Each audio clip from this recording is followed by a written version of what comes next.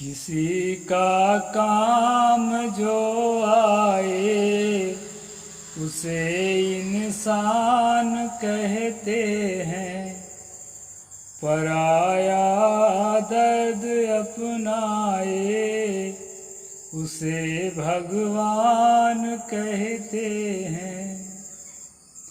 नमस्कार दोस्तों, मैं अविनाश दास रेशनल कबीर यूट्यूब चैनल में आप सबका हार्दिक स्वागत करता हूं।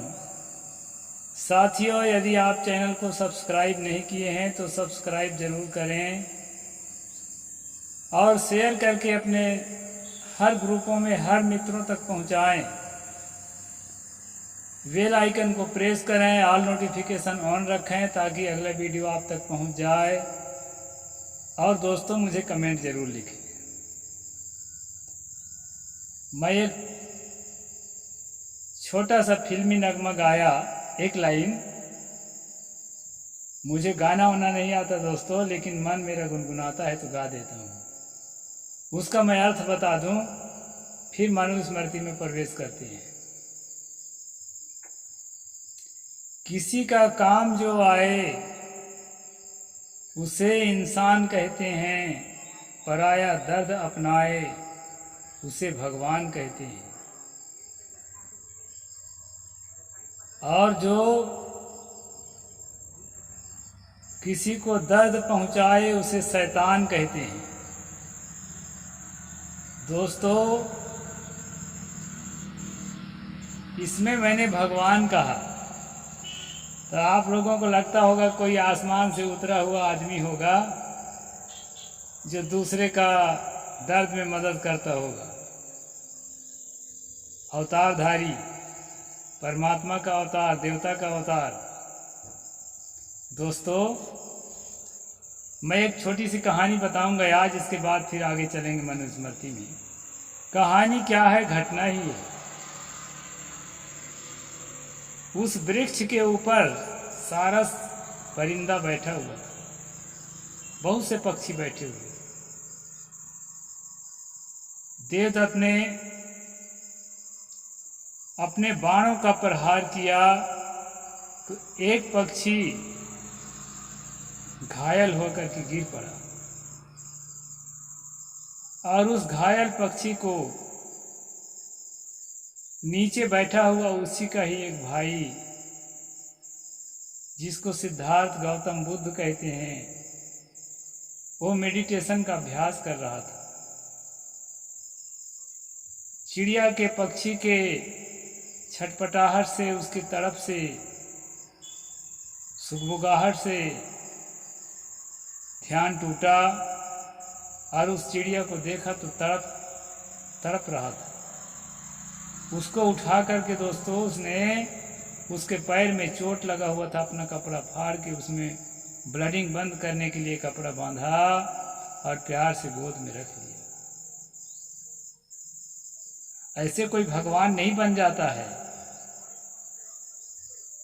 भगवान कहलाना आसान नहीं है। सतगुरु कबीर साहेब अत्यंत गरीब परिवार के थे।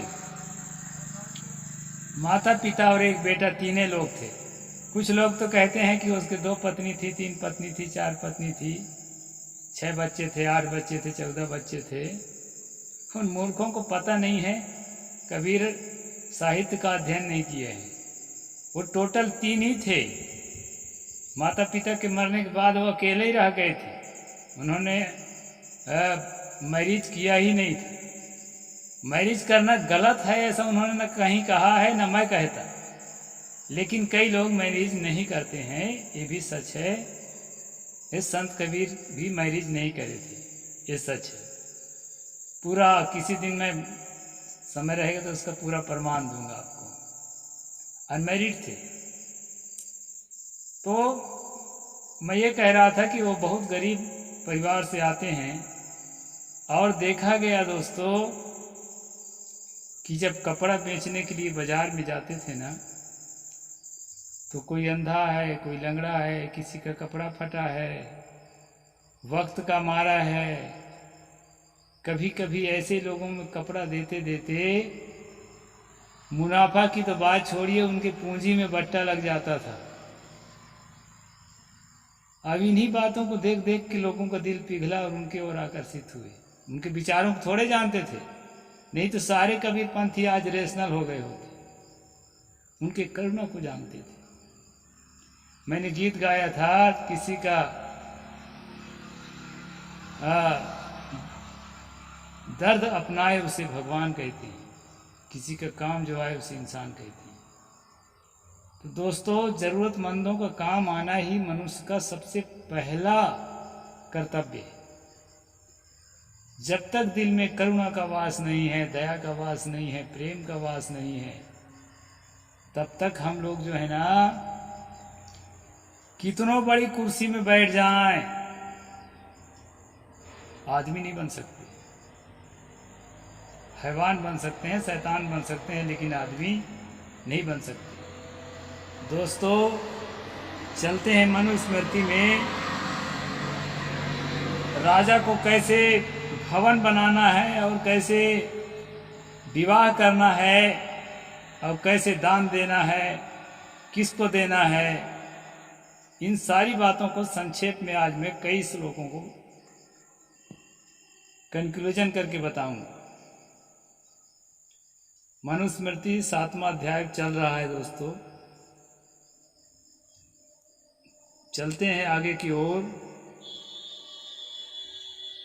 त्रीण्याद्यान्याश्रितस्तेषां मृगा गताश्रयाः अप्सराः त्रीन् पुरुषान् क्रमशः प्लवंगम मनावरामराः। यहाँ पर ये बताने का प्रयास कर रहा है मनु की भवन बढ़िया बनाए, उसके चारों तरफ जो है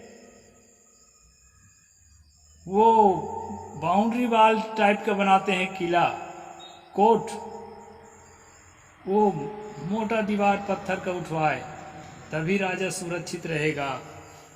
इस तरह से यहाँ पर बता रहे हैं दोस्तों। मैं थोड़ा स्पीड से चलता हूँ। जैसे किले के आश्रित मृगादि जीवों के शत्रु नहीं मार सकते, वैसे ही दुर्ग के आश्रित राजा को भी शत्रु नहीं मार सकते हैं। इतना बढ़िया घेराबंदी बनाए कि उसके अंदर राजा सुरक्षित रह सके।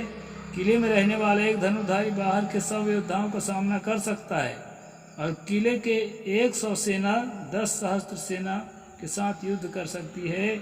इसलिए दुर्ग अवश्य बनाना चाहिए। वो बनाते ही थे राजा लोग। आप भी आज भी देख सकते हैं पुराने जमाने के किले कई जगह हैं, तो वो सब चीज है दोस्तों। तस्य मध्ये सुपर्याप्तम कार्येद गृहमात्मनाम गुप्तम सर्वतुकम शुभ्रम जल वृक्ष समन्वितम। ऐसे दुर्ग के बीच में पर्याप्त खाई और सब प्रकार से ऋतु फल फूल निर्मल जल से भरे हुए कुओं और बावलियों का युक्त राजभवन बनवाएं।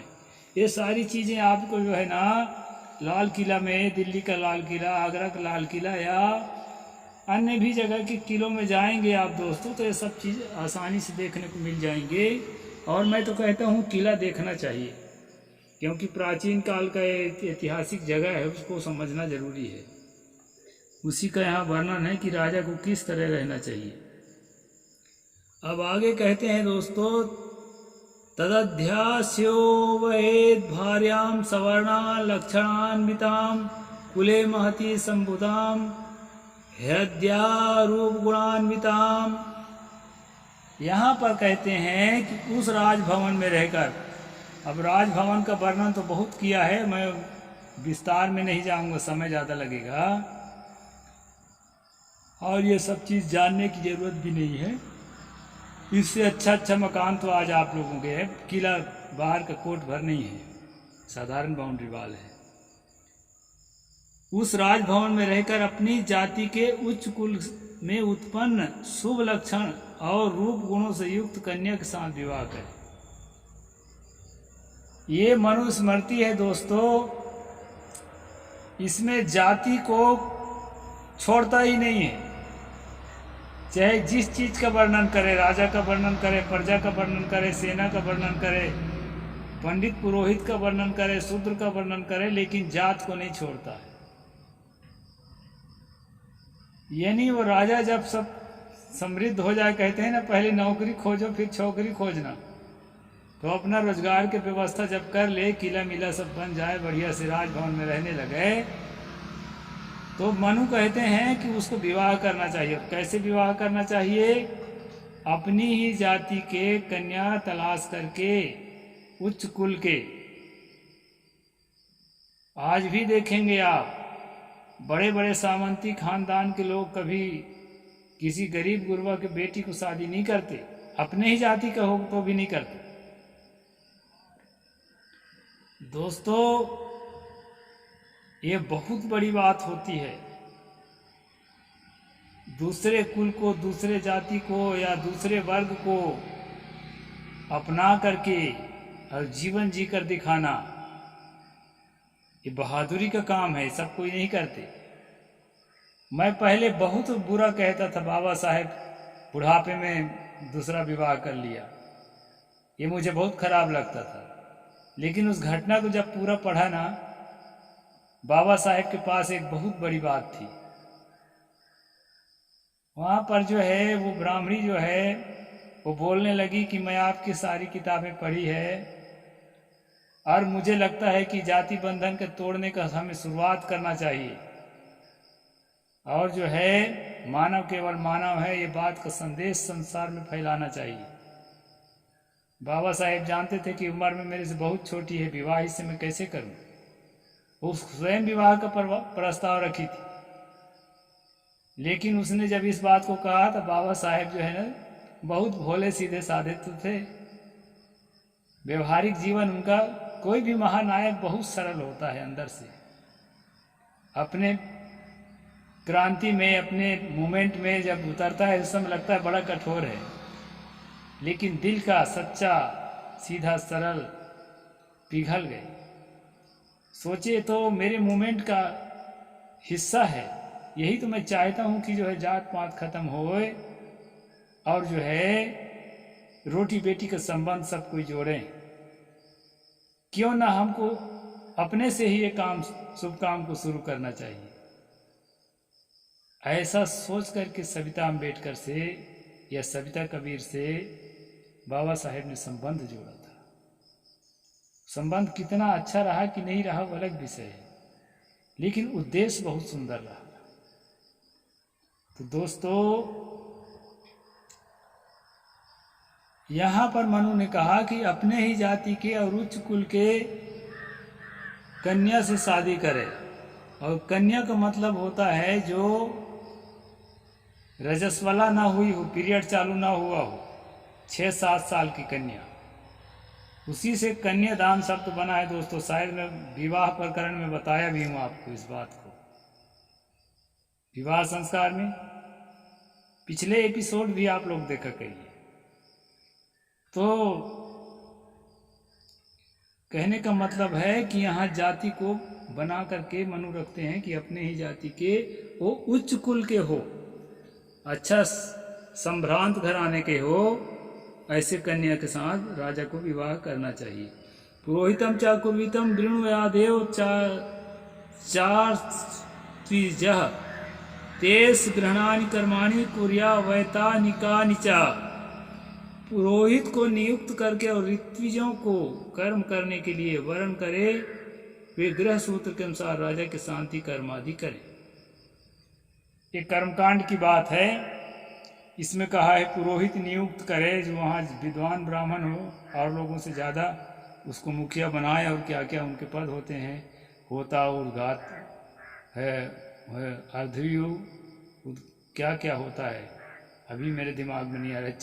चार पुरोहित मुख होते हैं, ब्रह्मा होता और अर्धयु और एक और कुछ होता है, याद आएगा तो बता दूंगा। यजेत राजा कृतुर्भिर्वा धैराप्ति दक्षिणैः धर्मार्थम चयो विप्रेभ्यो दद्यादो गंधानि च। राजा धर्म के निमित्त बहुत दक्षिणा युक्त विविध प्रकार के यज्ञ करे और ब्राह्मणों को भोग पदार्थ और धन दे। खास उद्देश्य ये रहता है मनु का, ताकि उसके जो खानदान के लोग हैं वो भूखा प्यासा न रहें। और भूखा प्यासा तो ना रहे अच्छी बात है, किसी को भूखा नहीं रहना चाहिए, लेकिन माल मलाई खाएं। तो यहाँ बता रहा है राजा जो है दक्षिणा एक विविध प्रकार के यज्ञ करे। अब यज्ञ करेगा, कोई प्रोग्राम करेगा तो वहाँ नमक रोटी थोड़े खिलाएगी, वो तो हलवा पूरी खिलाएगा और उस समय के हिसाब से तरह तरह के मांस खिलाएगा, पशुओं के पक्षियों के काट काट हवन करेगा। तो जो है खाने का चक्कर और दक्षिणा का चक्कर, ये दो चक्कर से दोस्तों यज्ञों के लिए राजे रजवाड़े को बहुत ज़्यादा प्रेरित करते थे ब्राह्मण लोग। और जो है ना उन कभी कभी उब जाते थे राजा लोग इनके फरमाइश से, तो उब जाते थे। तो देखो कहे शास्त्र प्रमाण है, जिस मनुष्य का सबसे पहला पिता जो मनु है उसी ने लिख रखा है। देखो यहाँ श्लोक दिखा देते थे, ये श्लोक नंबर जो है 79 है, 7वां अध्याय का 79 श्लोक देखो। ऐसा करके राजा को दिखा देते थे दोस्तों, ताकि उसको भी लगता था अरे ये तो मेरा धर्म का हिस्सा है, मुझे करना चाहिए।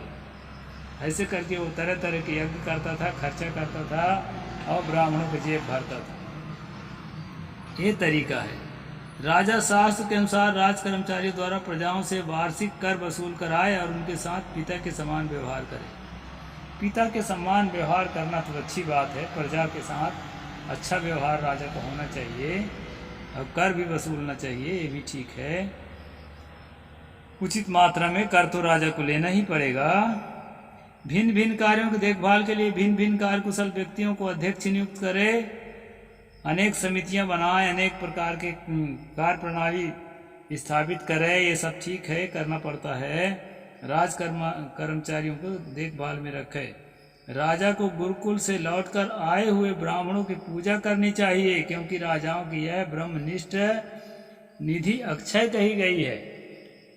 ब्राह्मणों की पूजा राजा को करना चाहिए, क्योंकि ब्रह्मनिष्ठ निधि जो है, अर्थात ये ब्राह्मण की पूजा करने से जो पुण्य का जो संचय होता है, ये राजा का जो है अक्षय संपत्ति है। इसके लिए जो है उसको पूजा करना ही चाहिए।